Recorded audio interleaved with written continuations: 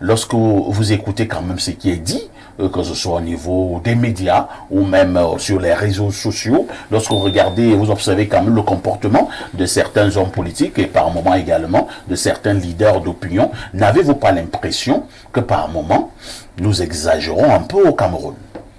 Bon. Il y a une tension classique dans les sciences sociales entre ce qu'on appelle les libertés individuelles et de l'autre côté la sécurité collective. Alors la question que tous ceux qui sont en charge du maintien d'ordre se posent, c'est quel niveau de sacrifice des libertés individuelles doit-on concéder pour atteindre l'objectif de sécurité collective. Et donc il y a dans la doctrine de maintien de l'ordre différents outils.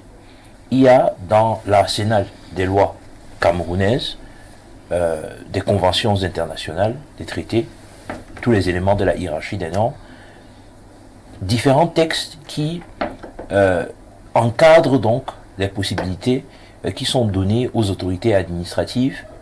Ici, il s'agit notamment des pouvoirs de police administrative.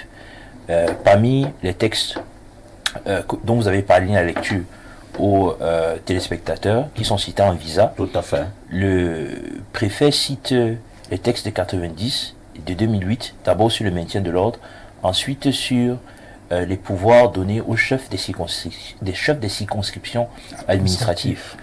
Bon, quand on regarde dans le détail ces lois-là, on se demande bien si le préfet n'est pas en train de frôler ce qu'on appelle une voie de fait.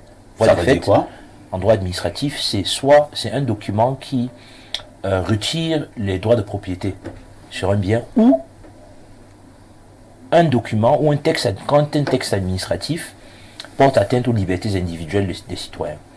Et donc moi je pense qu'il serait intéressant de porter cette affaire devant les tribunaux administratifs et entendre l'avis. Vous êtes à ce niveau? Oui, on est à ce niveau. Vous voulez attaquer le texte du préfet? Je pense qu'il est impératif que ce texte soit porté devant les juridictions compétentes pour entendre ce que le juge administratif a dit là-dessus.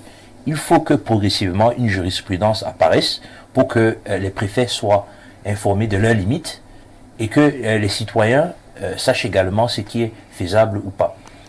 Dans un premier temps, j'aimerais m'aligner sur ce que le panéliste précédent a dit. Il y a effectivement déjà un arsenal juridique qui encadre toutes les infractions que monsieur le préfet semble pointer dans son texte. Il y a l'outrage à corps constitué, il y a l'outrage au président de la République, et je pense qu'il y a des gens qui ont déjà même fait les frais de ces lois-là.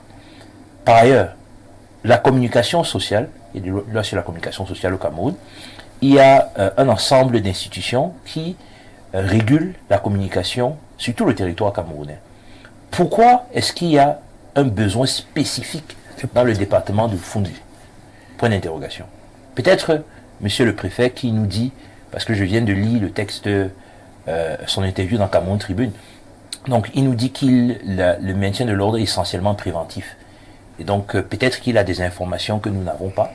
Mais même s'il a des informations que nous n'avons pas, est-ce qu'il est propice d'installer un climat anxiogène pareil?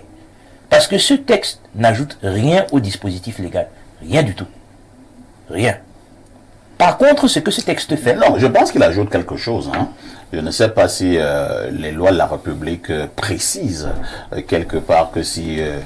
par exemple, vous êtes, entre guillemets, je ne vais pas dire victime, mais vous avez fait montre d'outrage à chef d'État, ou bien c'est que vous avez appelé l'accord constitué de manière générale, vous pouvez être expulsé du territoire en question. Voilà pourquoi je pense que le texte ajoute quelque chose. Il légifère. Si vous voulez, en termes de gravité des sanctions, je pense que la loi est même beaucoup plus dure quand il s'agit de ces sanctions-là. On parle de prison. Voilà. Des thèmes de prison, amende et autres. Là où je voulais en venir, c'est que le ministre de l'administration territoriale, la dernière fois que je suis venu à l'émission, je pense que c'était il y a une semaine ou deux, on parlait déjà du ministre de l'administration territoriale qui avait des propos assez durs envers certains acteurs de l'opposition et de la société civile. Aujourd'hui, on est à quelques échelons plus bas, on est à monsieur le préfet d'Umfundi, administrateur civil principal et autres, qui nous dit que on est susceptible d'être expulsé du territoire du Mfundi, vous remarquerez que à aucun moment entre notre discussion sur le ministère de l'administration territoriale et celle d'aujourd'hui, on a parlé d'actes d'outrage particulier à un corps constitué au président de la République. Au contraire, on en revient toujours à parler du gouvernement qui se montre offensif et qui se montre particulièrement fébrile. Le problème avec ce texte, c'est que ce texte installe un climat anxiogène. Ça fait qu'on se pose des questions permanemment. Qui sera victime du texte du préfet? Tous ceux qui seront coupables, c'est que le préfet a énoncé. Maintenant, si toi tu ne le fais pas, tu ne seras jamais expulsé du Mfundi. Tu continueras à donner tes cours à l'université protestante sans problème. Alors, si quelqu'un ne se reproche de rien, pourquoi il est contre la décision du préfet? Michel, si vous voulez, quand on est dans un pays où il y a un pacte social, on s'entend sur ce qu'on est prêt à sacrifier pour que l'État puisse mettre de l'ordre dans la société. Est-ce que nous sommes prêts à sacrifier notre droit d'aller et de venir sur le territoire du Mfundi? Non. Je pense que la Constitution et le droit camerounais confèrent un certain nombre de libertés. Pourquoi on va vous interdire le droit d'aller et de venir au niveau du département du Mfundi?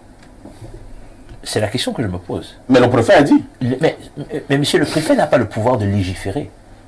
Le préfet n'est pas un parlement. Il n'a pas le droit de légiférer. C'est ça le problème. Et c'est pour ça que vous voyez qu'il y a une levée de bouclier général, que ce soit la société civile, que ce soit les partis d'opposition, que ce soit même les membres les plus objectifs du parti au pouvoir. Tout le monde exècre cette décision en réalité.